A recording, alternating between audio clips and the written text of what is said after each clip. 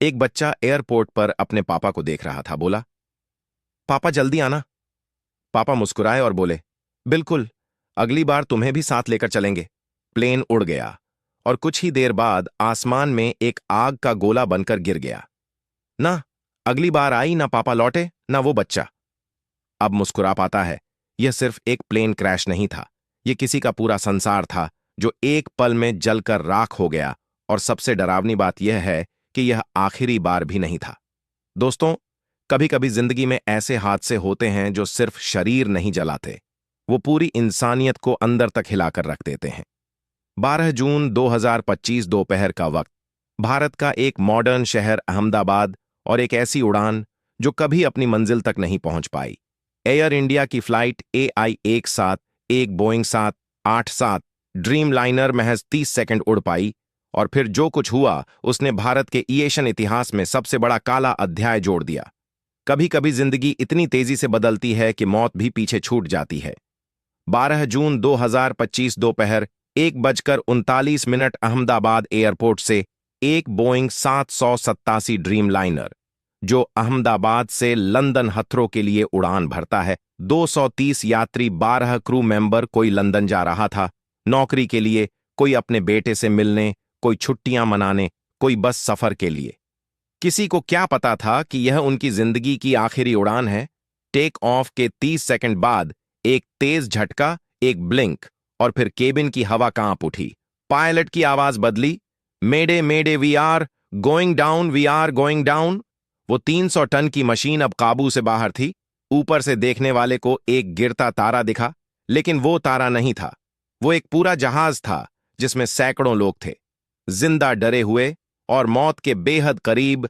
625 feet की ऊंचाई से 787 ड्रीम लाइनर अपना नियंत्रण खोकर सीधे अहमदाबाद के मेघानी नगर स्थित बीजे मेडिकल कॉलेज के डॉक्टर क्वार्टर और हॉस्टल पर जा गिरा।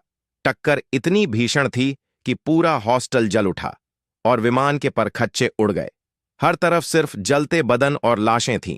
एयर इंडिया की फ्लाइट का मलबा जमीन पर बिखरा पड़ा था। कहीं पंख थे, कहीं इंजन। एक प्लेन सैकड़ों सपनों के साथ मिट्टी में मिल गया। और कल सिर्फ शरीर नहीं जले, सपने, परिवार और पूरी जिंदगियां राख हो गईं।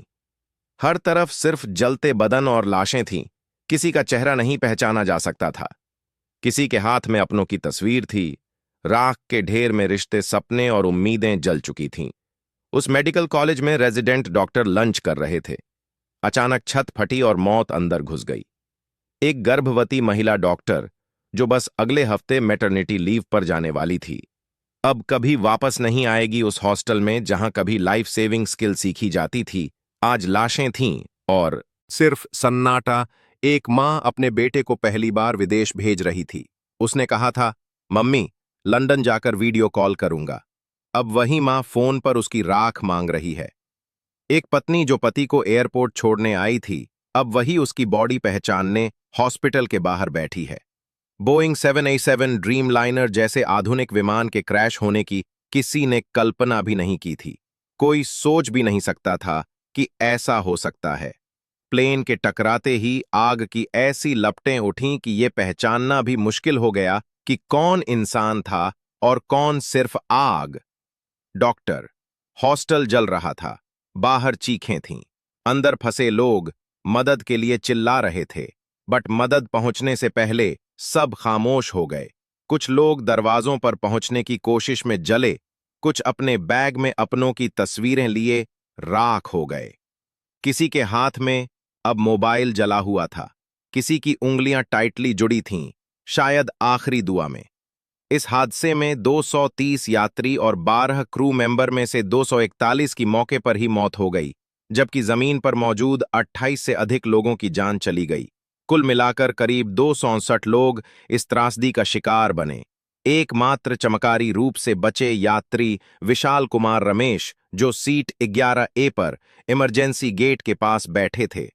उन्होंने जैसे तैसे खुद को प्लेन के धकते मलबे से बाहर निकाला और उसके बीच जिंदगी की एक आखिरी डोर पकड़े उन्होंने अपनी जान बचाई।